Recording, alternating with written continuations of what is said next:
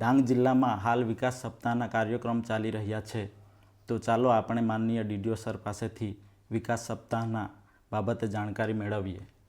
નમસ્કાર સર. નમસ્કાર સર, વિકાસ સપ્તાહ શું છે? વિકાસ સપ્તાહ આપણા માનનીય વડાપ્રધાન શ્રી નરેન્દ્ર મોદી સાહેબ જ્યારે પ્રથમ વખત ગુજરાતના મુખ્યમંત્રી બન્યા ત્યારથી માંડીને આજ દિન સુધી એમણે જે વિકાસની સરવાણી શરૂ કરી છે ગામે ગામ, એની ઉજવણીના ભાગરૂપે દર વર્ષે 7 ઓક્ટોબરથી 15 ઓક્ટોબર સુધી વિકાસ સપ્તાહની ઉજવણી થાય છે. અને એ ઉજવણી દરમિયાન સરકારશ્રીની જે વિવિધ યોજનાઓ છે એ જન જન સુધી પહોંચે, સરકારી અર્ધ સરકારી જે કંઈ યોજનાઓ છે એ યોજનાઓનો લાભ છેવાડાના માનવી સુધી પહોંચે એ ખાતરી કરવાનો, એ એન્શ્યોર કરવાનો એક અવસર હોય છે. અને એ દિવસે આપણે વિકાસ રથ જે છે 7 ઓક્ટોબરથી શરૂ કરીને 15 ઓક્ટોબર સુધી આપણે વિકાસ રથ ગામે ગામે જઈને સરકારશ્રીની યોજનાથી તમામ જનમાનસને અવગત કરવાનું છે. એ લોકોને જે લાભ મળ્યા છે એ લાભથી આપણે એમને અવેર કરવાના છે અને જે કોઈ ખૂટતી કડી હોય એ પણ પરિપૂર્ણ કરવાનો આનો હેતુ છે. સર, વિકાસ સપ્તાહમાં શું શું પ્રવૃત્તિઓ કરવામાં આવે છે?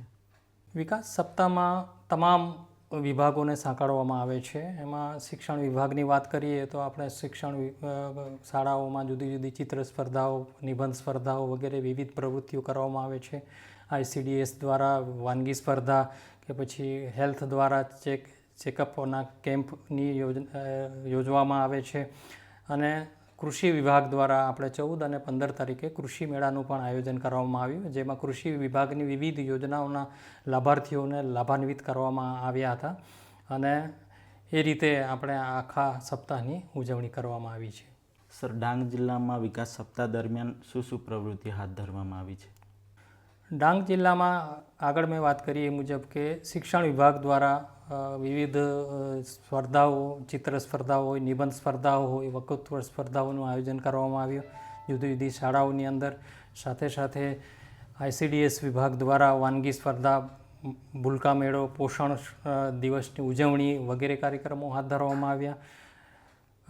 હેલ્થ વિભાગ દ્વારા જુદા જુદા આરોગ્યલક્ષી કેમ્પોનું આયોજન કરવામાં આવ્યું. સરકારની જે હેલ્થની જે યોજનાઓ છે એ યોજનાના લાભાર્થીઓને આયુષ્માન કાર્ડ વગેરેનું વિતરણ કરવામાં આવ્યું.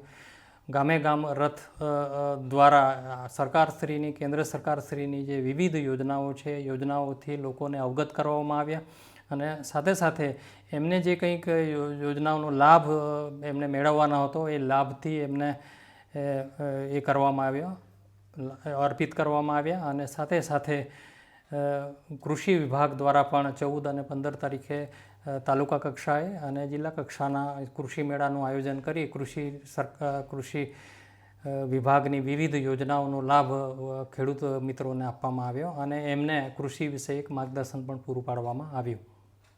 ખૂબ ખૂબ આભાર સર.